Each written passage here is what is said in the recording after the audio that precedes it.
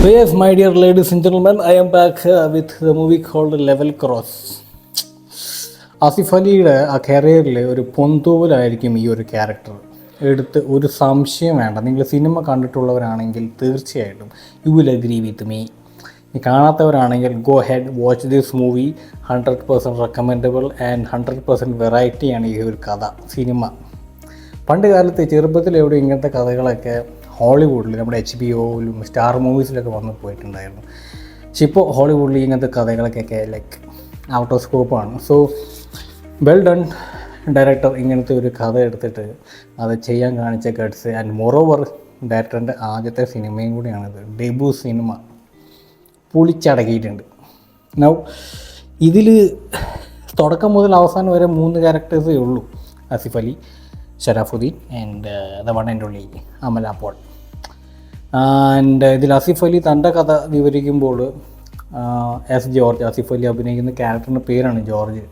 So ജോർജിൻ്റെ ആ ഒരു കഥ വിവരിക്കുമ്പോൾ ജോർജിൻ്റെ കഥയിലെ ആ ഒരു ഭാര്യയും പിന്നെ ആളുടെ ആങ്ങളയുടെ മോൻ അങ്ങനെ എന്തോ ഒരു കാണിക്കുന്ന ഈ 2 ക്യാരക്ടേഴ്സും കൂടി കയറി വരുന്നുണ്ട്. ബട്ട് ഒരു മിന്നായം പോലെയാണ്. ഹാർഡ്ലി 30 സെക്കൻഡ്സിൻ്റെ ഒരു ടൈമേ അവർ രണ്ടുപേർക്കും ഉള്ളൂ സ്ക്രീൻ പ്രസൻസ് ഉള്ളത്. പിന്നീട് അങ്ങോട്ട് ആസിഫ് അലി, ഷറാഫുദ്ദീൻ ആൻഡ് അമല പോൾ, ഈ 3 പേരുടെയും വിളയാട്ടാണ് ഗൈസ് ഈ ഒരു സിനിമയിൽ. Now what to say, this is not every one's cup of tea എന്ന് ചിലരൊക്കെ പറഞ്ഞു വന്നേക്കാം. But this is a movie guys and this is a psychological thriller. Drama ഇഷ്ടപ്പെടുന്നവർക്ക് ഇത് പിടിച്ചു വരത്തില്ല. But I love this movie. ഇങ്ങനത്തെ സിനിമകൾ മലയാളത്തിൽ വരണം എന്നുള്ള ആഗ്രഹമുള്ള വ്യക്തിയാണ്. കൂടുതൽ പറഞ്ഞ് ഞാൻ വിറപ്പിക്കുന്നില്ല. Now talking about the movie. കഥ നിങ്ങൾ ട്രെയിലർ കാണുമ്പോൾ ചിലപ്പോൾ ഏകദേശം പോകാൻ കിട്ടുകയായിരിക്കും. ഞാൻ ട്രെയിലർ കാണാനാണ് പോയത്. സോ സിനിമയുടെ തുടക്കത്തിൽ ഒരു സീനുണ്ട്. ഇവൻ ഇങ്ങനെ ഒരു ടണലിൻ്റെ റെയിൽവേ ട്രാക്കിന് നടുവിൽ ചെറിയൊരു ടണൽ, അതിൻ്റെ ഉള്ളിൽ കൂടെ ഒരു ബക്കറ്റ് പിടിച്ച് വരുന്ന ഒരു സീൻ. Hardly 5 seconds. പക്ഷേ ആ സീന്, ആ ഒരു ഷോട്ട് എനിക്ക് ഭയങ്കരമായിട്ട് ഇഷ്ടപ്പെട്ടു. ആ ഒരു ലൊക്കേഷൻ എനിക്ക് ഭയങ്കരമായിട്ട് ഇഷ്ടപ്പെട്ടു. ആരൊക്കെ പറയുന്നുണ്ടായിരുന്നു ഇത് ഒരു ടുണീഷ്യ എന്ന് പറയുന്ന രാജ്യത്തെ അവിടെ നിന്ന് ഷൂട്ട് ചെയ്തതാണെന്നല്ല. ഹാർഡ് ടു ബിലീവ് ബിക്കോസ് ഇങ്ങനത്തെ സ്ഥലങ്ങൾ നമ്മുടെ രാജസ്ഥാൻ, ഗുജറാത്ത് ചില ഭാഗങ്ങളൊക്കെ ഉണ്ട്. So I don't know like ഇവർ ഇത്രയും കാശ് മുടക്കി ടുണീഷ്യയിൽ പോയിട്ട് ഇങ്ങനത്തെ ഒരു സീൻ പിടിക്കുമോ എന്നുള്ളത്. ഐ ഡോണ്ട് നോ ഇവർ എവിടെ നിന്ന് ഷൂട്ട് ചെയ്തെന്നുള്ളത്. I think it's somewhere in north. And yes, കഥയാണ് ആകെ കുഴപ്പിക്കുന്നത്. ഒരു ക്ലൈമാക്സ് എത്തുമ്പോൾ നമ്മളെ ടോട്ടലി അങ്ങോട്ട് എന്താ പറയുക, കൺഫ്യൂസ്ഡ് ആക്കുന്നുണ്ട് ഡയറക്ടർ. ആരാണ് സത്യം പറയുന്നത്, ആരാണ് നുണ പറയുന്നത്, എന്താണ് ശരിക്കുള്ള കഥ, എന്താണ് ഇവിടെ നടക്കുന്നത്. ക്ലൈമാക്സ് കഴിയുമ്പോൾ പിന്നെ നമുക്ക് അങ്ങോട്ട് മനസ്സിലാവും. So in A nutshell, George ഒരു ഗേറ്റ് കീപ്പറാണ്. ഡെസേർട്ടഡ് ഏരിയയാണ്, തൊട്ടപ്പുറത്ത് ഗ്രാമങ്ങളൊന്നുമില്ല. ഇവൻ അവിടെ എന്താ പറയുക, ചെറിയൊരു കുടിൽ കെട്ടി ടെലിഫോണിലൊരു സമയം വിളി വരും, ട്രെയിൻ വരുന്നുണ്ട്, ഓക്കെ. അപ്പോൾ അവൻ ആ ഒരു സമയം നോക്കിയിട്ട് ഗേറ്റ് അങ്ങോട്ട് ക്ലോസ് ചെയ്യും. എന്നിട്ട് പച്ചക്കുടി ചുവന്ന കുടി കാണിക്കും. ട്രെയിൻ അങ്ങോട്ട് പോകുമ്പോൾ ഗേറ്റ് അങ്ങോട്ട് ഓപ്പൺ ചെയ്യും.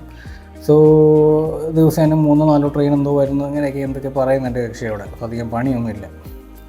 ആൻഡ് കക്ഷിയുടെ യൂണിഫോം ഉണ്ട്, ഒരു നീല ഷർട്ടും പിന്നെ അവനായിട്ട് ഉണ്ടാക്കിയ കുറച്ച് മെഡൽസ്, ഒരു എന്താ പറയുക, ഒരു മെറ്റാലിക് സാധനം വെച്ചിട്ടുണ്ടാക്കിയ അവൻ തന്നെ ഉണ്ടാക്കിയ മെഡൽസ് ആണെന്ന് പറയുന്ന ഓരോ സാധനങ്ങളൊക്കെ. അതിനൊക്കെ ഓരോ റിസംബ്ലൻസ് അല്ലെങ്കിൽ എന്താ പറയുക, ഒരു കാരണങ്ങൾ ക്ലൈമാക്സ് എത്തുമ്പോൾ എന്തുകൊണ്ടാണ് അവനെ മെഡൽസ് എടുത്ത് വെക്കുന്നതിനായിട്ട് കാരണങ്ങൾ നിങ്ങൾ ക്ലൈമാക്സ് ആകുമ്പോൾ ശ്രദ്ധിക്കുന്നുണ്ടെങ്കിൽ ക്ലൈമാക്സ് ആകുമ്പോൾ മനസ്സിലാകും വൈ.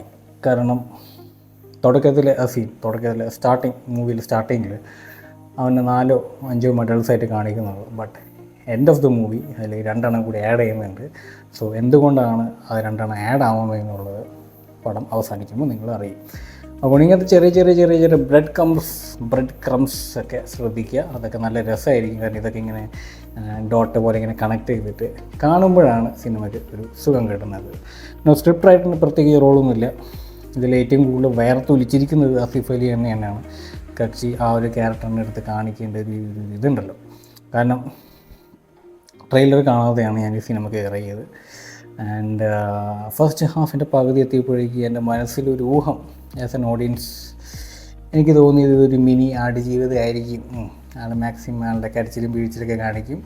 എന്നിട്ട് അവസാനം ഒരു ഫ്ലാഷ് ബാക്ക് കാണിക്കും. പിന്നെ അത് കഥാതീന്ത് പോലെ തീരും. അങ്ങനെയൊക്കെയാണ് പ്രതീക്ഷിച്ചത്. പക്ഷേ I was totally taken back. George തൻ്റെ കഥ പറയുന്നു. മറ്റുള്ള ഷിഫാന എന്തുവാണ് അമല പോലുള്ള ക്യാരക്ടറിൻ്റെ പേര്, ആളുടെ കഥ പറയുന്നു. അതിൻ്റെ ഇടയ്ക്ക് ഷറാഫുദ്ദീൻ അസുദ്ദീൻ കോത സൈക്കാട്രിസ്റ്റ് അവൻ കയറി വന്ന് അവൻ്റെ കഥ പറയുന്നു. അങ്ങനെ 3 പേരുടെ കഥ പറയുമ്പോൾ ട്വിസ്റ്റാണ്. Who is telling the truth? കാരണം തുടക്കത്തിൽ ആസിഫ് അലി തൻ്റെ കഥ പറയും, അമല പോൾ തൻ്റെ കഥ പറയും. പിന്നെയാണ് മനസ്സിലാവുക ഇവിടെ എന്തോ ഒരു സ്പെല്ലിംഗ് മിസ്റ്റേക്ക് ഉണ്ടത്. അങ്ങനെ ജോർജിനാകെ കൺഫ്യൂഷൻ ആവുകയാണ്, ആരാണ് സത്യം പറയുന്നത്, ഷറാഫുദ്ദീനാണോ അമല പോളാണോ? പിന്നീട് മൊത്തം ഒരു എന്താ പറയുക, സാമ്പാർ അവൽ രൂപത്തിലാക്കി നമ്മുടെ ഓഡിയൻസിനെ ഇങ്ങനെ പിടിച്ച് നിർത്തുന്നുണ്ട് ക്ലൈമാക്സ് എത്തുന്നവരെ. വല്ലാത്ത ഒരു സിനിമ. ഇത് കണ്ടപ്പോൾ എനിക്ക് ഓർമ്മ വന്നത് ചുരുളി എന്ന് പറഞ്ഞ സിനിമ തന്നെയാണ്. കാരണം ഈ സിനിമ കണ്ടതിന് ശേഷം ഞാൻ ഇതിൻ്റെ റിവ്യൂസ് ഒന്ന് എടുത്ത് നോക്കി അവരെന്തൊക്കെയാണ് പറയണമെന്നുള്ളത്. എടുത്തു ചാടി എല്ലാവരും ഒരേ സ്വരത്തിൽ പറയുന്നത് ഇത് ജോർജ് തൻ്റെ മനസ്സിലുണ്ടാക്കുന്ന ഒരു കഥ അത് ഡയറക്ടർ രൂപാന്തരപ്പെട്ട് ഈ ഒരു സിനിമയാക്കി മാറ്റി. Totally unbelievable. എനിക്ക് തീരെ മനസ്സിലായത് എന്തുകൊണ്ടാണ് ആ വാക്കുകൊണ്ട് ഉദ്ദേശിച്ചത്. കൈൻഡ് ഓഫ് അതൊന്നുമല്ലല്ലോ സിനിമ. സോ എനിക്ക് ഈ സിനിമയായിട്ട് കാണാൻ തോന്നി. I was totally interested and I was totally sitting in my chair and watching this movie എവിടെ വരെ എത്തും എന്നുള്ളത്. ആൻഡ് ഇഷ്ടപ്പെട്ടു. ആസിഫ് അലിയുടെ നേരത്തെ പറഞ്ഞ പോലെ കരിയറിൽ ഒരു മെഗാ ഹിറ്റ് തന്നെ ആയിരിക്കും ഈ ഒരു character. Totally mind blown guys. And Amala പോളിനും ഷറാഫുദ്ദീനും മേജർ റോൾ ഉണ്ടെങ്കിൽ കൂടി like they were not showing like hard core emotions അല്ലെങ്കിൽ കൂടുതൽ റോൾ ഉണ്ടായിരുന്നു. സ്ക്രീൻ പ്രസൻസും പിന്നെ കൂടുതൽ എന്താ പറയുക ഒരു വ്യക്തിത്വ ക്യാരക്ടർ എടുത്ത് കാണിക്കേണ്ടിയിരുന്നു ജോർജിന് തന്നെ ആയിരുന്നു. ലൈക്ക് ആളുടെ ഇമാജിനറി ആ ഒരു കഴുത, ആളുടെ ഇമാജിനറി ആയിട്ടുള്ള ആ ഒരു കോഴികൾ, പിന്നെ ആ മെഡലുകളുടെ എണ്ണം, പിന്നെ ഈ സെയിം മെഡലുകൾ തന്നെ തുടക്കത്തിൽ ഒരു സീൻ കാണിക്കുന്നുണ്ട് ഇവന് മതിലും ഇങ്ങനെ കുറേ ഇങ്ങനെ അടിച്ച് കയറ്റി വെച്ചിരിക്കുന്നത്. എന്നിട്ട് അവസാനം ഇവനൊരു ഡയലോഗും പറയുന്നുണ്ട്. അപ്പുറത്തൊരു ഗ്രാമം ഉണ്ടായിരുന്നു, അവിടെ കുറേ ആൾക്കാരുണ്ടായിരുന്നു. പക്ഷെ പെട്ടെന്നൊരു സുപ്രഭാതത്തിൽ അവരവിടെ നിന്ന് ഒഴിഞ്ഞു പോയി. എങ്ങോട്ടാ പോയെന്ന് അറിഞ്ഞുകൂടാ. അവിടെ നിന്ന് പ്രേതബാധം വന്നു, ഭൂതങ്ങളൊക്കെ വന്നു എന്നൊക്കെ പറഞ്ഞിട്ടുള്ളത്. അപ്പോൾ ഇത് ക്ലിക്കായി. ക്ലൈമാക്സ് എത്തുമ്പോഴാണ് ഇവൻ്റെ ആ ഒരു ഷർട്ടിങ്ങിൽ 2 മെഡൽസും കൂടി ആഡ് ചെയ്ത് കണ്ടപ്പോൾ ഇത് ക്ലിക്കായി. എന്തുകൊണ്ടാണ് തുടക്കത്തെ ആ ഒരു സീനൊരു മാത്രമേ കുറേ മെഡൽസ് ഇവനും കുത്തി കയറ്റി വെച്ചിരിക്കുന്നത്, അതെന്തിനാണ് സൂചിപ്പിക്കുന്നത് എന്നുള്ളത് അപ്പോഴാണ് മനസ്സിലായത്. അപ്പോൾ ഇങ്ങനത്തെ ചില ബ്രെഡ് ക്രംസൊക്കെ സിനിമയിലുടനീളം കാണാം. എസ്പെഷ്യലി ഇവൻ സിഗ്നൽ എന്ന് പറയുന്ന ഒരു കഴുതയുണ്ട്.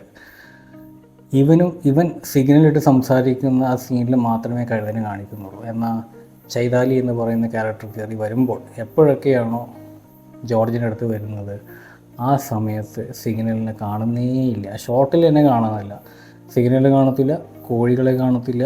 അങ്ങനെ ഓരോ ബ്രെഡ് ക്രംസ് അവിടെ ഇവിടെയൊക്കെ ഉണ്ട്. നിങ്ങൾ കാണാത്തവരാണെങ്കിൽ ഞാൻ ഇപ്പോൾ ഈ ഹിൻറ്റ് പറഞ്ഞ സ്ഥിതിക്ക് ഇതുപോലെയുള്ള ബ്രെഡ് ക്രംസ്, ഇതുപോലെയുള്ള ഹിൻറ്റുകൾ സിനിമ നടക്കുമ്പോൾ ശ്രദ്ധിക്കുക. So that makes the movie more and more interesting to watch. ഇഷ്ടപ്പെട്ടു ഗൈസ്. ടോട്ടലി എന്താ പറയുക, വെൽ പ്ലാൻഡ് ആൻഡ് എക്സിക്യൂട്ടഡ് സിനിമ എന്നാണ് ഞാൻ പറയാം. കാരണം സിനിമാറ്റോഗ്രഫിക്കാണ് കൂടുതൽ എഫക്റ്റ്, കൂടുതൽ പണി വന്നിരിക്കുന്നത്. സ്ക്രിപ്റ്റിങ് എന്താ പറയുക, കൂടുതലും 2 ക്യാരക്ടേഴ്സുകൾ അവർ തമ്മിലുള്ള കഥ പറച്ചിലാണ് കൂടുതൽ മെയിനുള്ളത്. ആൻഡ് ഇതിൽ ആസിഫ് അലി തൻ്റെ കഥ, ജോർജ് എന്ന് പറഞ്ഞ ക്യാരക്ടർ തൻ്റെ കഥ പറയുമ്പോൾ തൻ്റെ ഭാര്യയുടെയും പിന്നെ ഭാര്യയുടെ ആങ്ങളുടെ ചെറുക്കൻ, അങ്ങനെ എന്തോ ഒരു ചെറുക്കൻ 2 പേരുണ്ട്, ഒരാളുണ്ട്. സോ ആ 2 ക്യാരക്ടേഴ്സും കൂടി കാണിക്കുന്നുണ്ട്. സോ ദേ സ്ക്രീൻ പ്രസൻസ് തരാനുള്ള കൂടി ലൈക്ക് 30 seconds. അതൊക്കെ മാറ്റി നിർത്തി കഴിഞ്ഞാൽ പിന്നെ ഈ 3 പേര് മാത്രമാണ് സിനിമയിലുടനീളം കയറി കസർത്തിട്ടുള്ളത്. ഇഷ്ടപ്പെട്ടു. ആൻഡ് ലൈക്ക് അതൊക്കെ I totally enjoyed watching this movie. Like ഇത് കണ്ടതിന് ശേഷം എന്താ പറയുക, ഒരു ദിവസം കഴിഞ്ഞിടും ഇതിനെക്കുറിച്ച് എന്നെ ചിന്തിച്ചുകൊണ്ടിരിക്കുകയാണ്. Like what could have happened, എന്താണ് ആക്ച്വലി സംഭവിച്ചത്. I don't care what the director wants me to believe or the reviewers want me to believe, but എനിക്ക് ഈ സിനിമ കണ്ടിട്ട് എന്താണ് മനസ്സിലായത് എന്നുള്ളത് ചിന്ത ഉണ്ടല്ലോ. ലൈക്ക് ഒരു കൺക്ലൂഷൻ എത്തുമ്പോൾ ഇങ്ങനെയാണല്ലോ, ഇതിങ്ങനെയാണല്ലോ. So it's like a hunch. Like ആ ഗ്രാമത്തിലുള്ള എല്ലാവരും വാട്ട് ഹാപ്പൺ ടു ദം എന്നത് ഞാൻ ഇപ്പോൾ പറയുന്നില്ല, ബട്ട് സിനിമ കാണുമ്പോൾ നിങ്ങൾ ശ്രദ്ധിക്കുക. ആ മെഡൽസിൻ്റെ റെസംബ്ലൻസ്, അതിൻ്റെ എന്തുകൊണ്ടാണ് എടുത്ത് കാണിക്കുന്നത് എന്നുള്ളതൊക്കെ. So it's totally nice. I loved watching this movie, and big hats off to the director. കാരണം ആളുടെ debut സിനിമയാണിത്. And you know, he comes from a Jeetu film school. So like I think Jeetu is going to be very proud of this student of his. So guys, I highly recommend you guys to watch this in a movie theater. ഒരു effect മനസ്സിലാവണമെങ്കിൽ ഒരു ഭീകരത, ആ ഒരു thrilling moment മനസ്സിലാവുന്നുണ്ട്. You should watch this in a theatre. And I dare say first ഹാഫിൻ്റെ പകുതി എത്തുമ്പോഴേക്കും you might feel bored, but don't quit. അമലപ്പോളുടെ ക്യാരക്ടർ കയറി വന്നിട്ട് ഈ രണ്ടുപേരുടെയും ഫ്ലാഷ് ബാക്ക് പറയുന്ന കഥകളുണ്ടല്ലോ, ആ കഥ മുതലാണ് story turns and becomes more and more interesting. Totally taken back. So guys, അത്ര തന്നെ ഉള്ളൂ. I'll be back with another movie review as usual.